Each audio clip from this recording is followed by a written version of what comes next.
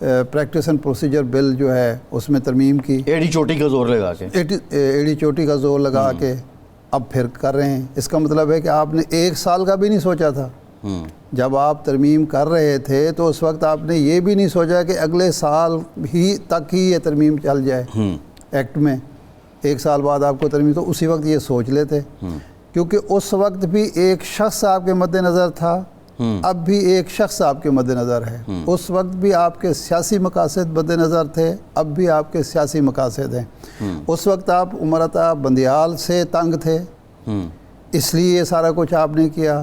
اب آپ منصور علی شاہ صاحب سے تنگ نظر آتے ہیں، اور قاضی صاحب جو ہیں ان کو بااختیار کرنا چاہتے ہیں، اب ایک ترمیم پھر لا رہے ہیں۔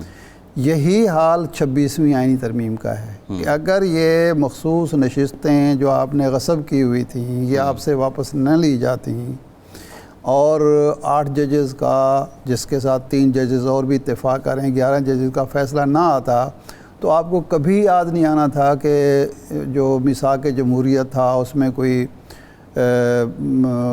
آئینی عدالت کا کوئی شک بھی موجود تھی، اس میں عوام کا آپ کو عوام کی تکلیف کا بھی احساس تھا، آپ کوئی جوڈیشری کو جو ہے سیاسی معاملات سے الگ کرنا چاہتے ہیں، یہ آپ کو کوئی خیال نہیں تھا۔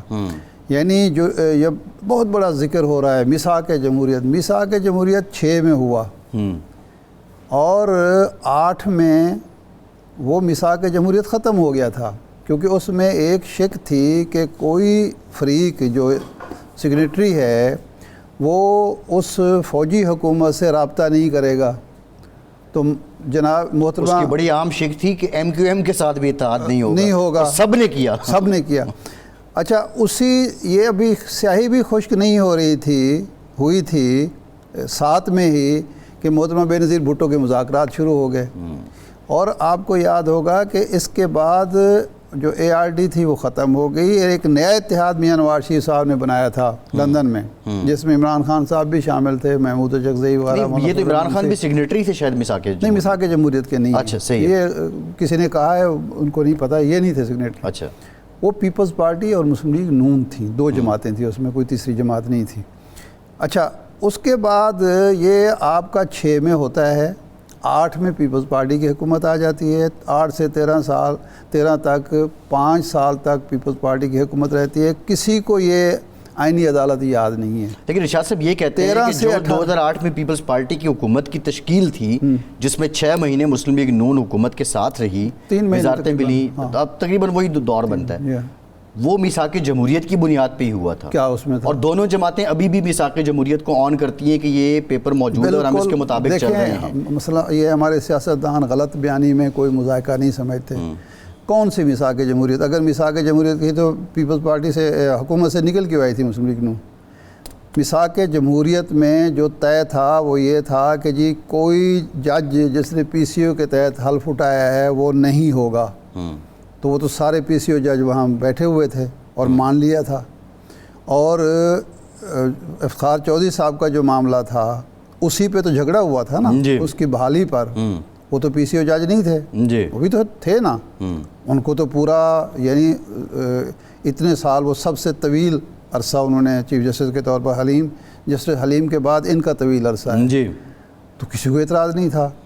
کئی شکیں وائلیٹ ہوئی، MQM والی شک وائلیٹ ہوئی، اس کے بعد یہ PCO ججز والی شک وائلیٹ ہوئی، اس کے بعد مذاکرات نہ کرنے والی شک وائلیٹ ہوئی، اور وہ دفن ہو گیا۔ اچھا ارشاد صاحب، اچھا میں یہ کہہ رہا ہوں کہ 8 سے 13، 13 سے 18، 10 سال آپ کو ملے، آپ نے یہ کیوں نہیں بنائی؟ اچھا اب ارشاد صاحب یہ اس لیے کہ میاں نواز شریف صاحب کو، اور دیکھیں مسلم لیگ نون کو افتخار چودھری صاحب سوٹ کرتے تھے، ٹھیک ہے نا، اور نواز شریف صاحب کالا کوٹ پہن کے پہنچ گئے، گجرالے بحال ہو گئے، اور اس کے بعد وہ جو ہیں پیپلز پارٹی کو وہ سوٹ نہیں کرتے تھے۔ اچھا ویسے پیپلز پارٹی اس معاملے میں ان کی قسمت ماڑی ہی رہی ہے، ان کو کم ہی سوٹ کیا ہے، اس لیے کہ انہوں نے کبھی اصولی موقف اختیار ہی نہیں کیا۔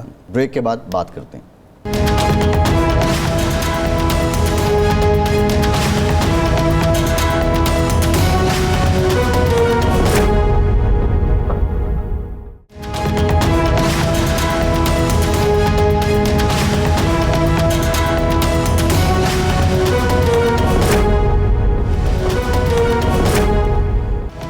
بریک کے بعد ایک بار پھر سے آپ کو خوش آمدید کہیں گے. ہمیں جوائن کیا ہے سابق سیکرٹری الیکشن کمیشن اور ماہر انتخابی امور کنور دلشاد صاحب نے. کنور صاحب بہت شکریہ آپ کے وقت کا. کنور صاحب، آج جو اسپیکر قومی اسمبلی نے اور اسپیکر پنجاب اسمبلی نے خط لکھا ہے اور خط میں انہوں نے کہا ہے کہ پارلیمان سپریم ہے اور جو فیصلہ ہے سپریم کورٹ کا اس کو نہیں مانا جا سکتا ہے.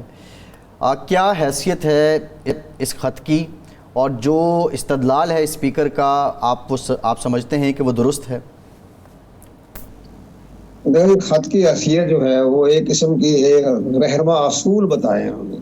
یعنی اسپیکر قومی اسمبلی ہے، کسٹوڈین ہے پارلیمنٹ کے، تو انہوں نے یہ جو ایک خط لکھ کر الیکشن کمیشن کی توجہ مبذول کرائی ہے ان کے ماضی کے فیصلوں پر بھی، اور پشاور ہائی کورٹ کا فیصلہ بھی سامنے آ گیا تھا. اس کے الیکشن کے پاکستان نے جو اپنا الیکشن ایکٹ 104 کے تحت جو فیصلے کیے ہیں وہ تمام انہوں نے ایک علامتی طور پر نہیں بلکہ ایک رہنما اصول بتائے ہیں کہ جناب آپ جو فیصلہ کریں مخصوص نشستوں کے بارے میں تو آپ یہ تمام جو فیصلے ہیں ماضی کے اور سپریم کورٹ کے، ہائی کورٹس کے، الیکشن کمیشن کے، ان کو مد نظر رکھیں. انہوں نے ایک مشورہ دیا ہے. اس کی مشاورت جو ہے اس پر الیکشن کمیشن پاکستان جو ہے وہ اپنے آئین و قانون کے مطابق اس کا جواب دے گا.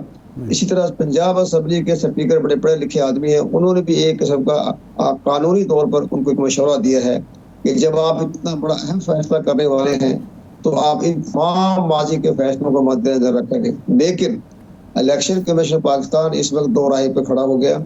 چونکہ سپریم کورٹ پاکستان کے 8 رکنی بینچ نے یا ججوں نے الیکشن کمیشن کے خط کو جو انہوں نے ایک نظر ثانی کی درخواست دی تھی اس پر جو انہوں نے اپنا وجاہت کیا، انہوں اس وجاہت میں وہ ذکر نہیں کیا جو الیکشن کمیشن نے کہا تھا کہ ہمارے ریکارڈ کے مطابق سیکشن 208 209 کے مطابق تحریک انصاف جو ہے وہ ایک سیاسی پارٹی کا وجود نہیں رکھتی، ان کا ڈھانچہ نہیں ہے، ان کا کوئی سیکرٹری جنرل نہیں ہے، کوئی اسپیکر، کوئی ان کا چیئرمین نہیں ہے. تو آپ یہ بتائیں کہ جب یہ کاغذات نامزدگی آ گئی ہیں مخصوص نشستوں کے، اس پہ دستخط کون کرے گا، اتھارٹی کون ہے، اس کا ہمیں جواب دیں آپ. ایک ساتھ انہوں نے یہ بھی کہا کہ ابھی انٹرا پارٹی الیکشن کا فیصلہ نہیں ہوا ہے، ابھی تک جب تک انٹرا پارٹی فیصلہ نہیں ہوتا تو اس کا بھی آپ ہمیں رہنما دیں، ہمیں گائیڈ لائن دیں. وہ بھی سپریم کورٹ پاکستان نے اس کو بھی نظر انداز کر دیا. تو یہ ایک ایسا ابہام ہے جس پر الیکشن کمیشن پاکستان سٹینڈ لینے کی پوزیشن پہ آ گیا کہ ہم آپ کے فیصلے کو تسلیم نہیں کرتے. اور ساتھ ہی انہوں نے یہ بھی کہا کہ جو الیکشن ایکٹ بنا ہے، ترمیمی ایکٹ پارلیمنٹ نے پاس کیا ہے، جس کے تحت سپریم کورٹ یا اعلیٰ عدالتیں الیکشن کمیشن پاکستان کے فیصلوں میں مداخلت نہیں کر سکتی، وہ بھی ایکٹ بن چکا ہے، قانون بن چکا ہے. تو اس لحاظ یہ ساری باتیں بول بول کر کے اور انہوں نے وجاہت جاری کر دی کہ جناب آپ نے ابھی تک فیصلہ کیوں کیا اور آپ نے چیئرمین جو ہے گور علی خان اس کو ابھی نوٹیفکیشن کیوں نہیں کیا. تو یہ ساری انہوں نے کہا جی اب کیسے کر دیں، ہمارے مطابق تو چیئرمین ہی نہیں ہے، وہ ہمارے کام کا سیکرٹری جنرل کوئی بھی نہیں ہے. تو یہ ساری باتیں بڑی ابہام شدہ سی ہو رہی ہیں اور اسپیکر کا خط جو ہے اس سے الیکشن کمیشن کو یہ رہنمائی ملے گی کہ ہمیں جناب پارلیمنٹ نے بھی ہمیں یہ کہا ہے، اصل انداز تو نہیں کیا، پارلیمنٹ نے یہ کہا ہے، لیکن فیصلہ وہی ہونا ہے جو 12 جولائی کو سپریم کورٹ پاکستان فیصلہ کر چکی ہے. اس پر الیکشن کمیشن پاکستان نے اپنا ایک صحیح سرکاری موقف دینا پڑے گا. باقی تو ظاہر ہے وہ اپنی بتائیں گے کہ جناب انہوں نے ہمارے فیصلوں کو نظر انداز کیا، ہمارے خط کو نظر انداز کیا. لیکن سب سے بڑی امپورٹنٹ بات یہ ہے کہ سپریم کورٹ پاکستان کا فیصلہ بڑی اہمیت کا حامل ہے، وہ بالادست ہے، وہ تشریح کر سکتا ہے آئین میں، وہ سارے اختیارات ان کے پاس موجود ہے. باقی ابہام ہے یا رکاوٹ ہے یا نظر انداز ہے، اس کا جواب تو سپریم کورٹ دے گی. لیکن الیکشن کمیشن پاکستان ایک آئینی ادارہ ہے اور آئین نے ان کو آرٹیکل 222 نے مکمل اختیارات بھی دیے ہوئے ہیں، لیکن یہ سارے فیصلے آپ سپریم کورٹ پاکستان نے کرنے ہیں. اچھا کنور صاحب، اس میں 2 چیزیں ہیں. ایک تو یہ ہے کہ اب ایک 12 جولائی کا فیصلہ ہے جس میں ان کو پابند کیا گیا ہے کہ جی جن لوگوں کے حلف نامے نئے سرے سے داخل ہوں، کیونکہ وہ تھے تو بیسیکلی پی ٹی آئی کے، لیکن آپ کے جو فیصلہ تھا 13 جنوری کا اس کی وجہ سے ان کو سنی اتحاد کونسل میں جانا پڑا، تو آپ عمل درآمد کریں. اب وضاحت مانگی تو وضاحت یہ مانگی کہ چونکہ ان کے الیکشن کو ہم تسلیم نہیں کر رہے اور وہاں کوئی ڈھانچہ نہیں ہے، اس لیے کیسے عمل کریں ان کو کیسے. اور لیکن اس کا جواب اس وضاحت میں موجود ہے کہ جب آپ نے خط و کتابت کی ہے تو اس میں گوہر علی خان کو آپ نے جو ہے چیئرمین لکھا ہے اور عمر ایوب کو آپ نے سیکرٹری جنرل لکھا ہے. جب الیکشن کمیشن خط و کتابت کرتا ہے, خط بھیجتا ہے ایک سیکرٹری جنرل کو یا ایک چیئرمین کو, تو کیا یہ کافی نہیں ہے اس بات کا ثبوت کہ وہ ڈھانچہ موجود ہے؟ لیکن میرا سوال یہ ہے کہ اب اس صورت میں الیکشن کمیشن دوبارہ وضاحت چاہے گا یا اپیل جو اس نے نظر ثانی کی داخل کی ہوئی اس کا انتظار کرے گا, یا پابند ہے فیصلے کا اور اس کو عمل درآمد کرنا چاہیے؟ نظر ثانی کی درخواست کوئی وجہات میں انہوں نے نظر انداز مسترد کر دیا ہے. یہ وضاحت نظر ثانی جی یہ مسترد ہو گئی ہے. یہ سر نہیں جا سکتا. نہیں سر نہیں, دو چیزیں ہیں. ایک ہے وضاحت مانگی تھی انہوں نے, ایک نظر ثانی کی درخواست جو الیکشن کمیشن نے بھی کی ہے اور وفاق نے بھی کی ہے, وہ اس کے علاوہ ہے, وہ انتظار کیا جا رہا ہے تفصیلی فیصلے کا. جی, الیکشن کمیشن پاکستان میں جو معاملات چل رہے ہیں اس میں سب سے بڑی سپریم کورٹ پاکستان سے بھی ایک ابہام ہے کہ ابھی 12 جولائی کا ایک مختصر فیصلہ تو ہے, تفصیلی فیصلہ ابھی تک نہیں آیا. جی, اور تفصیلی فیصلہ ہو تو اس کے بارے میں الیکشن کمیشن بھی آگے بڑھے, کہاں سے غلطیاں ہو گئی ہے, کس طرح انداز, ابھی تک تفصیلی فیصلہ نہیں آیا. جو وجہات آئی ہے وہ بھی انہوں نے اس کا جواب دیا ہے کہ نا ویب سائٹ پہ آگے ہمیں علم نہیں ہے, ڈپٹی رجسٹرار یہ کہتا ہے, تو یہاں بھی ابہام پیدا ہو گیا.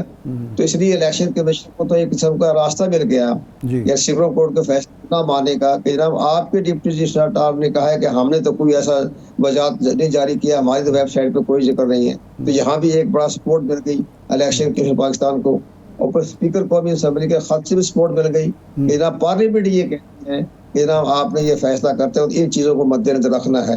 تو یہ جو خواتین کا یا منارٹی کی نشستوں کا تو چلا گیا پینڈنگ میں, بس پش چلا گیا, اب ان کا تو فیصلہ ہونا نہیں ہے. اسی طرح سے بحث ہوتی رہے گی, high court, supreme court, election کے پاکستان کے فیصلوں کو چیلنج ہوتا رہے گا. لیکن ایک سب سے بڑی بات یہ کہ انٹرا پارٹی الیکشن کے بارے میں جو الیکشن کمیشن نے فیصلہ کرنا ہے اس پہ بھی اپیلیں ہو جائے گی ہائی کورٹ, سپریم کورٹ میں. تو یہ ساری لڑائی جو ہے اسی طرح سے چلتی رہے گی. اور اصولی طور پر اوپر سے یہ آئینی بل پر پاس ہوا وہ بھی نہیں بن سکا, اس میں 2/3 اکثریت نہیں تھی. تو بڑا ایک سیاسی طور پر بڑا ہلچل سی مچی ہوئی ہے, اور عوام بھی بڑے اس معاملے میں حیران اور پریشان, تو نہیں کہہ سکتے, حیران ہی ہے کہ ہماری سپریم کورٹ کیا کر رہے ہیں, آئینی ادارے کیا کر رہے ہیں, باقی ادارے کیا کر رہے ہیں. یہ ساری باتیں آپ کے سامنے پیش ہوتی. جی اچھا, یہ ماضی کے تجربات کی روشنی میں آپ چونکہ طویل عرصہ رہے ایک سسٹم کا, یہ فرمائیں کہ اس وقت سپریم کورٹ اور الیکشن کمیشن آف پاکستان مد مقابل ہیں, سپریم کورٹ اور پارلیمنٹ ایک دوسرے کے مد مقابل ہیں, سپریم کورٹ اور حکومت ایک دوسرے کے مد مقابل ہیں. یہ جو اداروں کے درمیان ایک لڑائی ہے یا محاذ آرائی یا تصادم ہے, ایسی ماضی میں کوئی مثال ملتی ہے؟ اور ماضی میں اگر ایسا ہوا تو نتیجہ کیا نکلا؟ ماضی میں ہمیں یاد ہے سجاد علی شاہ کے دور میں ہوا تھا, آپ کو بھی یاد ہے. جی جی, وہ جو ہوا تھا انہوں نے باقاعدہ جب کنٹیمپٹ لگا دی تھی سید سجاد علی شاہ نے اسمبلی پارلیمنٹ پر, یعنی قومی اسمبلی کے ممبروں پر, نواز شریف کو بھی, تو ایز اے وزیر اعظم پاکستان انہیں پیش ہونا پڑا سجاد علی شاہ کی کورٹ میں. باقی جو جھگڑے فساد بعد کی بات ہے, جس طرح سپریم کورٹ پہ حملے ہوئے وہ بات کی بات ہے, لیکن معاملہ سو انہوں نے دیا.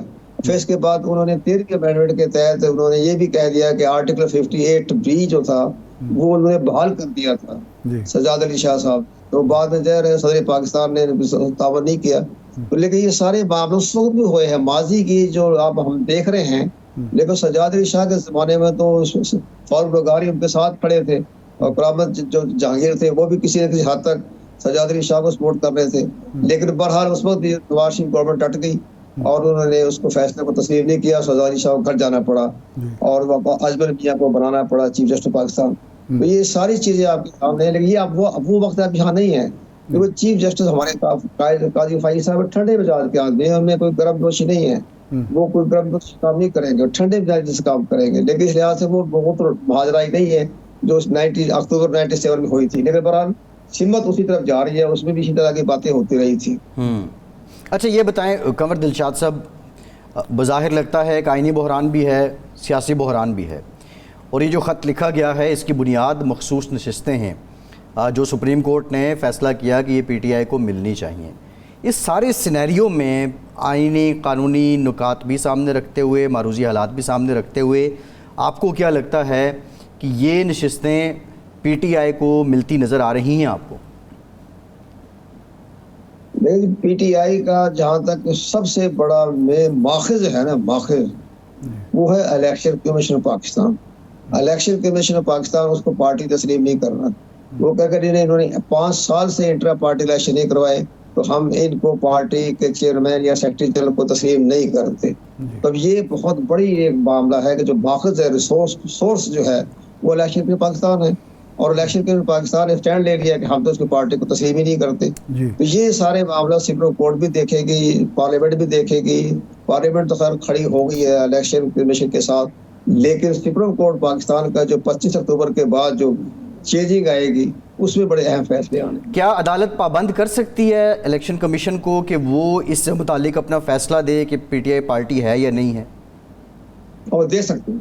سپریم کورٹ ایک بہت بڑی ایک تشریح کرنے والا ادارہ ہے نا، وہ ہر آرٹیکل تشریح کر سکتے ہیں. جیسے عمر بندیال نے تشریح کی آرٹیکل 63 میں کہ ووٹ جو ہے کاسٹ کر سکتا ہے انٹرا فلور کراسنگ کرنے والے، لیکن ان کی گنتی نہیں ہوگی. فیصلہ قانون بن گیا، اور اس پہ آپ دیکھیں پرویز الہی صاحب بن گئے وزیر اعلیٰ پنجاب. یہ ساری چیزیں جو ہیں اس معاملے کو وہ تو تشریح کر سکتی ہے، اور اس کی تشریح کو کوئی چیلنج بھی نہیں کر سکتا. یہ تو معاملہ ان کے پاس اختیارات ہیں. جبھی تو ملک کی فیڈریشن و وحدت مضبوط ہوتی ہے جب انہیں تشریح کرنے کی اجازت ہے. آئین کی تشریح کرنے ایک اور بات ہے. انڈیا میں 75 جب اندرا گاندھی نے لگائی ایمرجنسی، اس میں درجنوں اس نے آئین میں ترمیم کی، لیکن سپریم کورٹ آف انڈیا نے تمام کی تمام ترامیم کو کالعدم قرار دے دیا، اور انہوں نے کہا کہ یہ سپریم کورٹ انڈیا جو ہے وہ برداشت نہیں کرے گی کہ آئین کے اندر جو ہے وہ قانون سازی کی جائے. تو یہ ساری چیزیں ہمارے ہاں بھی نظر آ رہا ہے. اب بہت ہائی لیول کی کوئی قانون سازی، اب تک 56 آپ کی شریعت تبدیل کی جا رہی ہے. 56 جو تو ریفرنڈم کے برابر ہو گیا، یعنی آدھا قانونی کانسٹیٹیوشن جو 56 جو ہے وہ اس میں ترمیمیں کی جا رہی ہیں. سپریم کورٹ آف پاکستان وہ بھی دیکھے گی، اس میں کوئی فنڈامنٹل رائٹ چھوڑے، وہ دیکھیں اسٹرکچر پر تو حملہ نہیں ہو گیا. اگر آئین کے کسی اسٹرکچر کے اوپر کسی نے قانون سازی کر دی تو وہ الیکشن کمیشن وہ سپریم کورٹ آف پاکستان اس کو قانون قرار دے دے گی. ان کو اختیارات ہیں کہ آپ اسٹرکچر کو نہیں چھیڑ سکتے. نہیں، لیکن اگر اس وقت تک سپریم کو یعنی یہ آئینی ترمیم پاس ہوتی ہے، 26ویں آئینی ترمیم جس کے تحت ایک فیڈرل کانسٹیٹیوشنل کوڈ بن جاتی ہے، تو پھر ظاہر ہے سپریم کورٹ کا تو دائرہ اختیار ہی نہیں ہوگا. اور فیڈرل کانسٹیٹیوشن کوڈ بنائی اسی لیے جا رہی ہے، اور اسی لیے جج جو ہیں وزیر اعظم صاحب بنائیں گے اپنی مرضی کے، تاکہ وہ حکومت کے حق میں فیصلہ کریں اور اس قانون سازی کو درست قرار دے دیں. تو پھر کیا ہوگا؟ اس میں دیکھیں جی، ہمارے سپریم کورٹ آف پاکستان جو ہے وہ جو فیصلے لکھتے ہیں ان کا ایک خاص مائنڈ جو ہے وہ تعصب کی طرف چلا جاتا ہے. مثلا انہوں نے یہ کہا کہ ڈکٹیٹر ضیاء الحق نے وہ پارلیمنٹ کے اراکین کو بڑے باقاعدہ تعمیراتی فنڈ کے نام سے ان کو لاکھوں کروڑ روپیہ تقسیم کیا، لیکن ان کو یہ نہیں پتہ لگا کہ ضیاء الحق نے نہیں کیا تھا یہ کام. یہ کیا تھا وزیر اعظم محمد خان جنیدو نے، اور ضیاء الحق نے شدید مخالفت کی تھی کہ ان کو فنڈ نہ دیے جائیں. یہ تاریخ کی نہیں کہہ رہا تھا، حقیقت بیان کر رہا ہوں، جس کے اوپر زیڈ جنگ اخبار میں 4 قسطیں لکھی اور میرے پاس موجود ہے وہ جنگ اخبار میں، جس میں اس نے مذمت کی محمد خان جنیدو کی کہ آپ یہ نہ کریں، رشوت کھانے شروع ہو جائے گی، لیکن نہیں کیا. لیکن ہمارے چیف جسٹس صاحب نے ڈکٹیٹر ضیاء الحق کا ذکر تو کر دیا، یہ نہیں پڑھا کہ جو کیا تھا تو محمد خان جنیدو نے کیا تھا. تو جب ہمارے جج و حضرات کو تاریخ کا اتنا ادراک نہ ہو، جب تو عوام پیدا ہوتے ہیں فیصلوں کے اندر بھی، تشریح کے فیصلوں کے بھی، یہ سارے معاملات انہیں ہر نظر آ جاتا ہے. مثلا یہ ڈکٹیٹر مشرف نے کیا، حضرات ٹھیک ہے مشرف نے کیا، تو مشرف تو خواتین کی نشستوں بھی کیا تھا، آپ نے اس کو ابھی تک ختم نہیں کی. خواتین کی جو نشستیں تھی وہ مشرف صاحب نے کی تھی ہے، وہ ابھی کسی چیف جسٹس کی نگاہ نہیں گئی. جب مشرف کا نام آئے گا تو ایک دم چہرے ہی بدل جائیں گے. اور اس کے بعد ڈکٹیٹر نے یہ کر دیا، ڈکٹیٹر تو یہ کر دیا، ڈکٹیٹر تو آپ کی 170 سیٹیں بھی دے دی خواتین کی اور منارٹی کی، اس میں تو آپ نے فیصلہ نہیں کیا. وہ آرٹیکل 26 کے خلاف ہے، وہ تو الیکٹڈ ہے ہی نہیں، وہ تو سلیکٹڈ ہے، نومینیٹڈ ہے. اچھا قمر صاحب، یہ ڈیولپمنٹ فنڈ والا معاملہ جو ہے وہ آپ درست فرما رہے ہیں کہ محمد خان جنیدو نے کیا، لیکن چونکہ بیان دیا تھا جناب ضیاء الحق صاحب نے، جو مجھے یاد ہے آپ کو بھی یاد ہوگا، کہ ہم آپ کو فنڈ دے رہے ہیں. انہوں نے پارلیمنٹ کے ارکان سے خطاب کرتے ہوئے کہا تھا کہ ہم آپ کو فنڈ دے ہیں تاکہ آپ کا قلعہ گارڈ رہے ہیں. وہ قلعہ گارڈ فنڈ جو تھے وہ ضیاء الحق صاحب کے پیٹے تو پڑ گئے جب انہوں نے خود کہا کہ ہم فنڈ دے رہے ہیں اور آپ کا قلعہ گارڈ رہے ہیں, تو ظاہر بات ہے پھر انہی کے حصے میں آئے گا نا یہ سارا کچھ. لیکن اس کا تو ٹھیک ہے, آپ کا بڑا گہرا ادراک ہے, ہم تو آپ کے طفل مکتب آپ کے سامنے. لیکن سب سے بڑی بات یہ ہے کہ وہ جو فنڈ دیے گئے تھے نا, ترقیاتی فنڈ, وہ ضیاء الحق صاحب دیے تھے. وہ محمد خان جنیجو نے جب رات ایک پارٹی بنا دی تھی پاکستان مسلم لیگ, جبکہ سارے آزاد مبارک کے سے الیکشن لڑا تھا, اس کو اپنی طرف لینے کے لیے انہوں نے فنڈ اجرا کر دیا تھا. اس پہ ضیاء الحق نے اشارہ کیا تھا زید سلیاری کو کہ تم اس کے بارے میں لکھو, تو اس نے 4-5 کلم لکھے.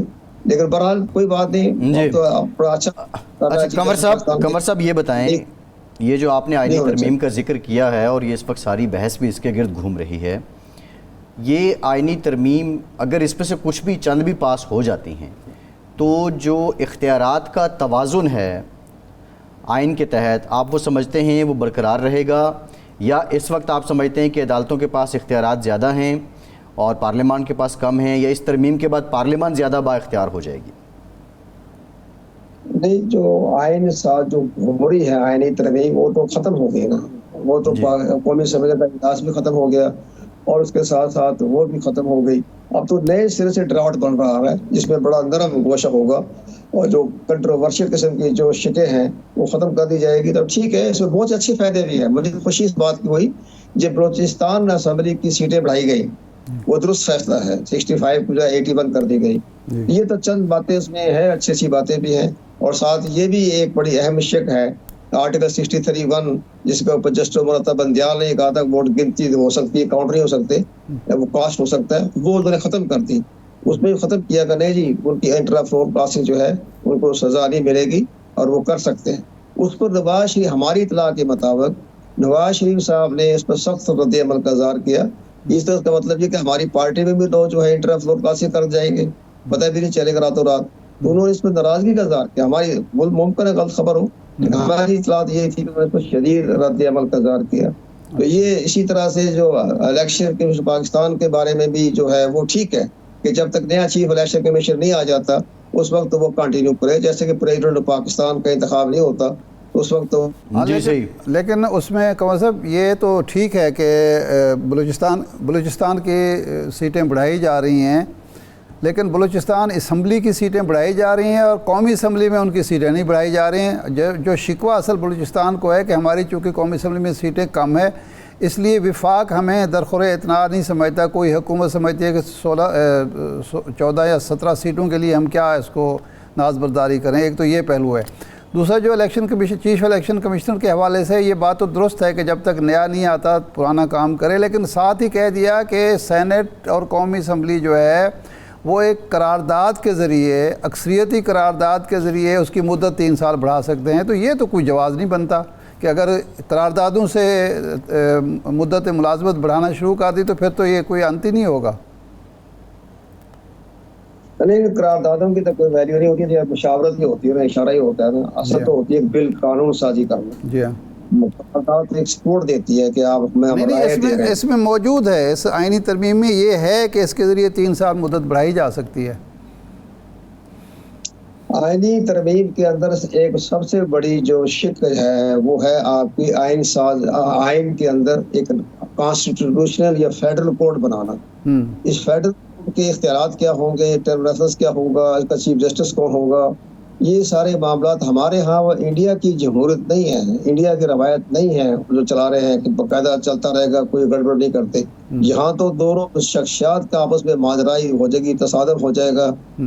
فیڈرل کورٹ کا چیف جسٹس اپنی رائے دے گا, سپریم کورٹ آف پاکستان کا چیف جسٹس اپنی رائے دے گا. یہ ساری باتیں جو ہے فیڈریشن کو نقصان پہنچے گا. جب جتنی مضبوط سپریم کورٹ آف پاکستان ہوگی اتنا ہی فیڈریشن مضبوط ہوگا. لیکن ہماری تو نظر آ رہا ہے کہ سپریم کورٹ کو کمزور کیا جا رہا ہے. فیڈرل کورٹ کی کیا ضرورت ہے, آپ سپریم کورٹ کی ضرورت ہی نہیں ہے. سپریم کورٹ کے اندر ایک کانسٹیٹیوشنل بینچ بنا دیں, جیسے کہ فیڈرل شریف کورٹ بنائی ہوئی ہے انہوں نے, اندر بینچ بنایا شریف بینچ.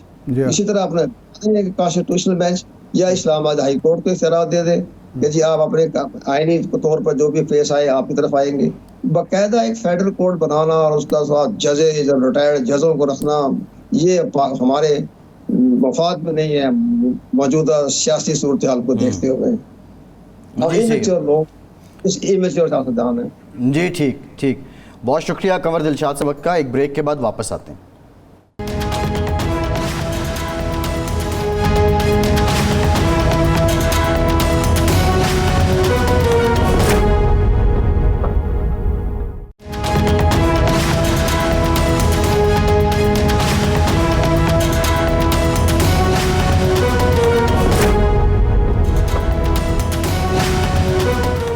بریک کے بعد ایک بار پھر سے آپ کو خوش آمدید کہیں گے. ارشاد صاحب جو اس وقت گراؤنڈ ریالٹیز ہیں وہ یہ ہیں کہ جو پی ٹی آئی کا دھڑا ہے آبویسلی جو اس کے چیئرمین ہیں وہ بھی وکیل ہیں اور پھر حامد خان وہ ایک وکیل رہنما کے طور پہ جانے جاتے ہیں. بنیادی ان کا تعارف ہی یہی ہے.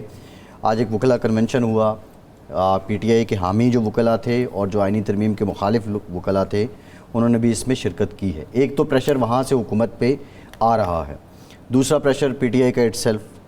پھر مولانا بھی انہوں نے ابھی تک اپنا وزن جو ہے وہ ترمیم کے خلاف ہی رکھا ہوا ہے, یعنی اپوزیشن کے پلڑے میں ہے. لیکن ساتھ ہی ساتھ بلاول صاحب اب اس بات کو لے کے بڑے ایکٹیو ہیں, وہ تقریباً پوری طرح چارج لیے ہوئے ہیں. اور دو باتیں جو بلاول صاحب نے بھی کی, جو اعظم نذیر تارڑ صاحب نے بھی کی, ان میں ایک سیمیٹری ہے. تارڑ صاحب نے بھی کہا کہ 25 اکتوبر کو قاضی فائزیہ صاحب ریٹائر ہو جائیں گے اور سینئر موسٹ جج چیف جسٹس آف پاکستان ہوں گے. بلاول صاحب نے وسیم بادامی صاحب کو انٹرویو دیتے ہوئے یہ کہا کہ منصور علی شاہ صاحب بھی چیف جسٹس ہوں گے.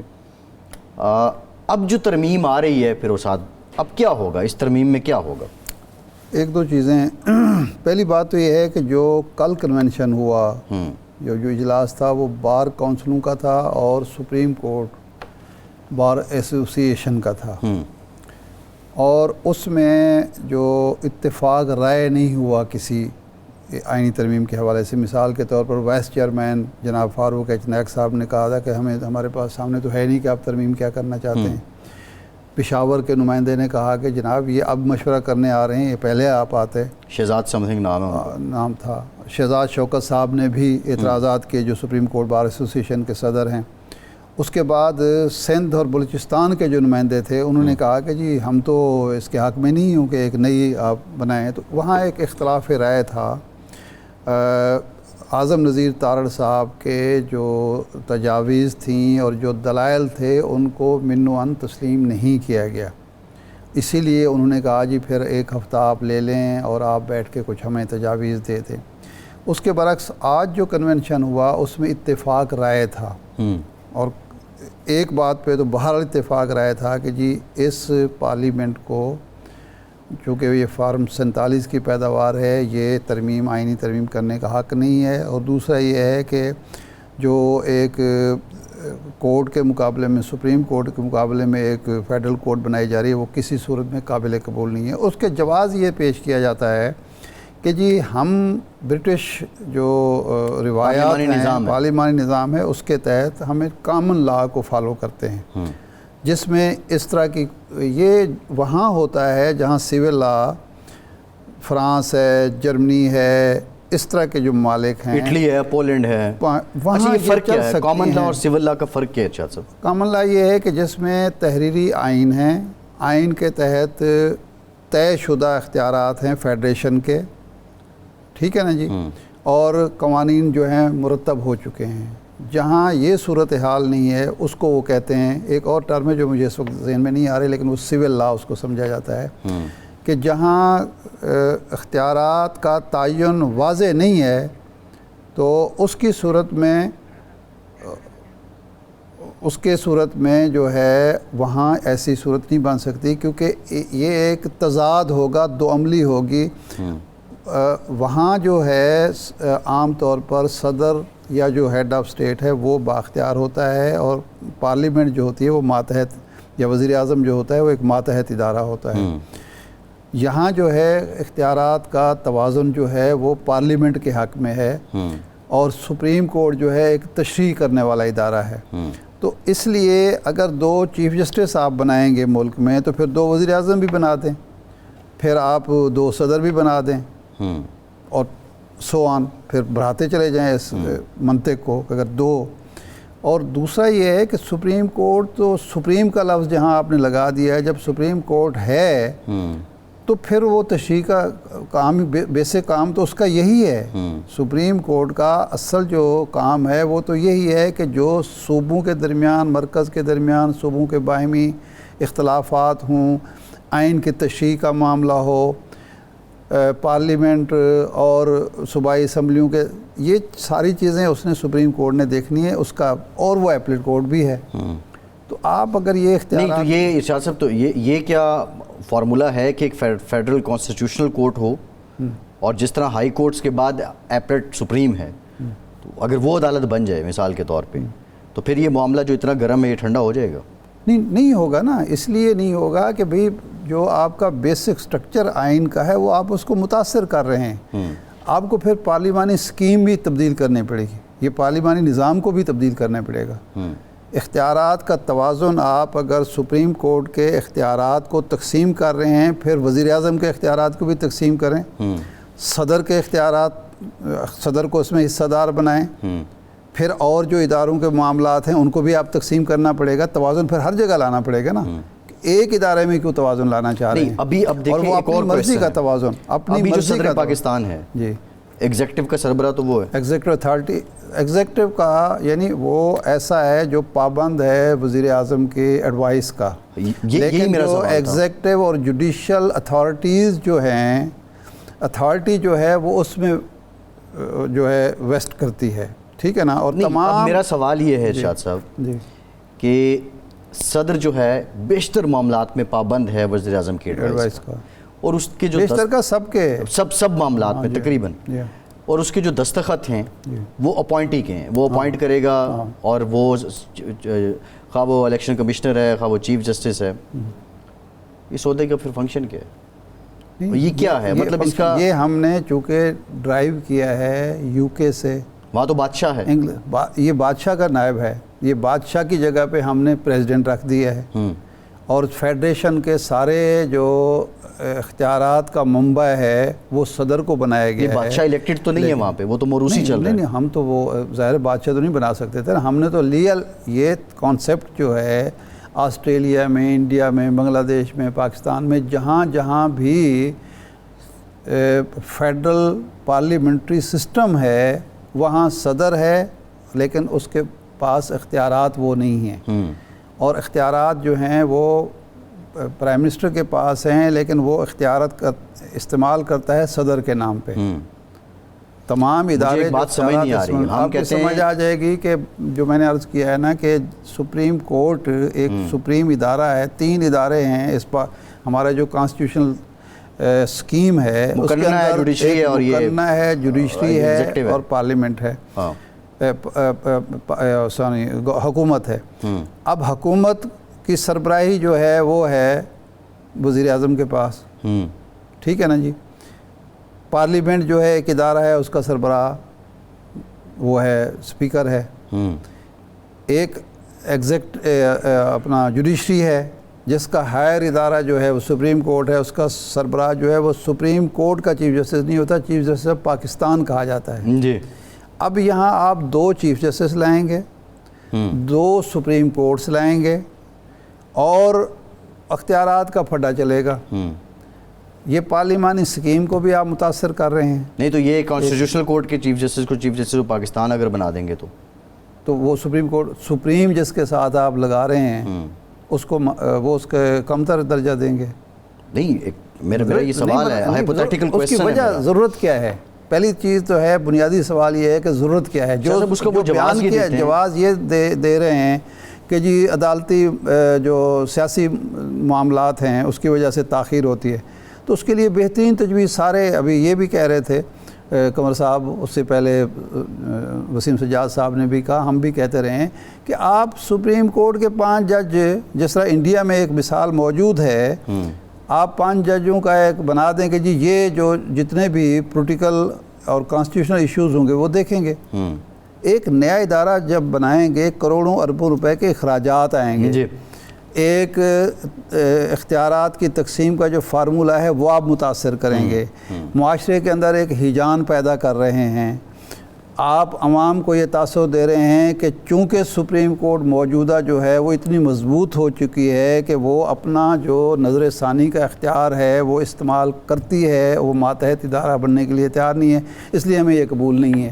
یہ ہے نا، یہ سب باتیں تو اپنی جگہ دیکھیں، یہ تو ہم حکومت کی انٹینشن پہ، حکومت کی سوچ پہ جا کے ہم ان پہ تنقید کر سکتے ہیں، ہم ان پہ تنقید نہیں کر رہے، اس کا جواز کیا ہے؟ ایک نیا ادارہ جب بنایا جاتا ہے، نہیں جب نیا ادارہ بنایا جاتا ہے اس کا کوئی جواز ہوتا ہے نا، جواز دو پیش کیے جا رہے ہیں نا، ایک تاخیر ہوتی ہے، یہی کہا رہا ہے، دوسرا ہے کہ سپریم کورٹ ہماری بات نہیں مان رہی۔ یہ بات ارشاد صاحب آپ کی بجا ہے، افتخار چودھری صاحب کے دور میں کیوں قابل قبول نہیں تھی؟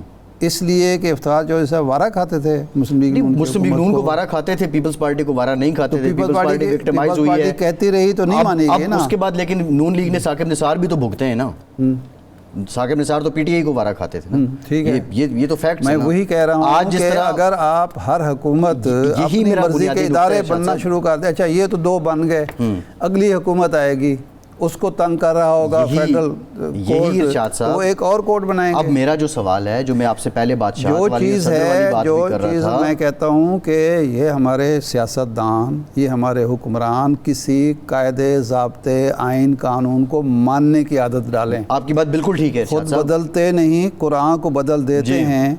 ہوئے کس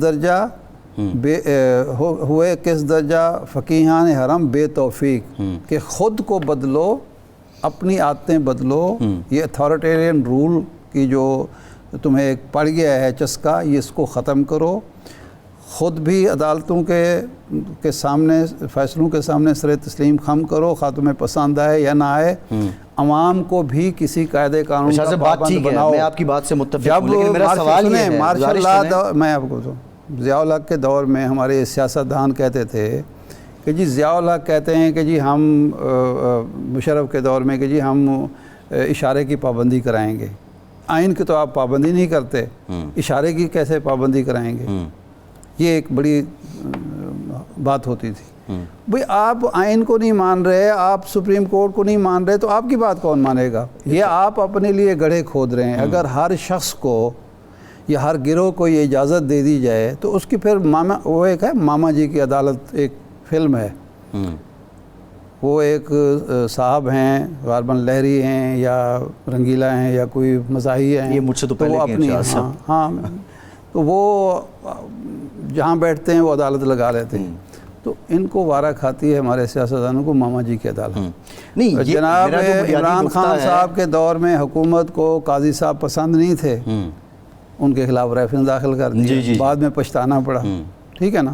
اب ان کو منصور علی شاہ صاحب پسند نہیں آ رہے، یہ قاضی صاحب کو جو ہے وہ نئی کوڈ بنا کے دے رہے ہیں، ایک آدمی کی خاطر آپ ایک نئی کوڈ بنا رہے ہیں۔ ثابت یہ ہوتا ہے، دیکھیں اب بنا یہ رہے ہیں، اور جہاں پہ جو بات ہو رہی ہے کہ ایک آدمی کی خاطر، بات تو یہ کر یہ رہے ہیں، بات یہ ماضی میں وہ اپنی مرضی کی قانون سازی کرتے تھے، 63A جس پہ اب اعتراض ہے، وہ اس کے بینیفیشری ہیں اس فیصلے میں۔ دیکھیں قانون سازی کرنا ہر پارلیمنٹ کا اختیار ہے، لیکن وہ پبلک انٹرسٹ میں ہونی چاہیے، اپنے ذاتی مفاد کے لیے نہیں ہونا چاہیے۔ عدالت کے پاس کیسز ہیں پینڈنگ سپریم کورٹ میں، ارشاد صاحب لاکھوں ہیں، لوور کورٹس میں لاکھوں ہوں گے، لاہور کے سیشن کورٹ میں لاکھوں کے تعداد، فیملی کورٹس میں یہاں کتنے جج بڑھائے جا رہے ہیں۔ پھر اچھا سیشن کورٹ کی جگہ پہ ایک اور کورٹ بنائیں۔ مجھے یہ بتائیں، سیشن کورٹس میں ہوتے تھے، ہر طرح کے کیس سنے جاتے تھے، انہوں نے کہا کہ جی یہ بوجھ بڑا ہے، یہ دہشت گردی کو سزا نہیں ہوتی، انسداد دہشت گردی کی عدالتیں بنا دی۔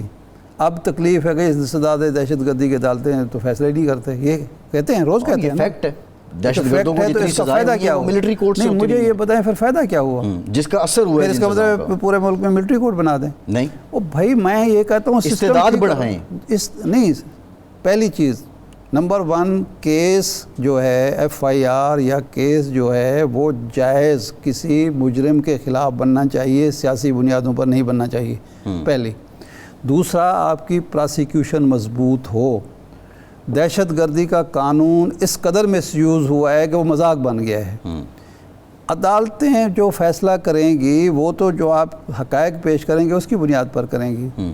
پھر آپ عدالتوں کو پابند کریں. یہ وکلاء کرام جو ہیں یہ آپس میں بھی لڑتے رہتے ہیں, ہمیں بھی قانون کا بھاشن دیتے ہیں. یہ جو التوا لیتے ہیں کئی سال, اس سے آج میں ایک کلپ دیکھ رہا تھا, وہ ایک صاحب فرماتے ہیں کہ میں بھی 4 سٹے لے کے آ رہا ہوں. مطلب میں نے آتے وہ اپنے ایک کریڈٹ کے طور پہ بتاتے ہیں, حالانکہ یہ اسپرٹ آف دی جو لا ہے, قانون یہ ہے کہ جی قانون یہ ہے, یہ غالباً افتخار چودھری صاحب کے دور میں بنا تھا کہ جی یہ سٹے جو ہوگا اتنے عرصے سے زیادہ نہیں ہوگا, لیکن 5 سال تک اربوں روپے لوگوں کے ڈوب گئے. باہر سے لوگوں نے پیسہ لگایا, یہ سسٹم ٹھیک کرے نا. جج کیا کرے گا؟ یہی میں ارشاد صاحب کہہ رہا ہوں, سسٹم ٹھیک کریں, ججوں کی استعداد بڑھائیں, قابلیت پہ لوگ لگائیں, میرٹ پہ لوگ لگائیں. میں نے آپ کو مثال دی تھی کہ ہم سے بڑے ملکوں میں ہمارے ہی برابر جج ہیں, لیکن وہاں چونکہ تھانہ کچہری پہ انصاف ملتا ہے لوگوں کو, محکمہ مال میں انصاف ملتا ہے, تو لٹیگیشن کم ہوتی ہے. لٹیگیشن کم ہوتی ہے تو جج بہتر فیصلے وقت پر کرتے ہیں. جج فیصلے وقت پر کرتے ہیں تو یہ شور شرابہ نہیں ہوتا. ہمارے یہاں تو جٹ چڑیا کچہری بھی تو فخر سے بیان کیا جاتا ہے جی, اور کچہریوں آئے ہیں. بھائی یہ غلط چیز ہے, غلط روایتیں. معاشرے کا بھی تو ایک ریفلیکشن ہے. معاشرے کا کوئی ریفلیکشن, آپ انصاف تھانے کی سطح پر دینا شروع کر دیں, آدھے کیس آپ کے ختم ہو جائیں گے سال میں. تو پنجاب پولیس کو ٹھیک کریں نا, آپ عدالتوں کو ٹھیک کرنے چل پڑتے ہیں. پروگرام کا ٹائم ختم ہو گیا. بہت شکریہ آپ کا, آج کے پروگرام سے اتنی اجازت دیجیے.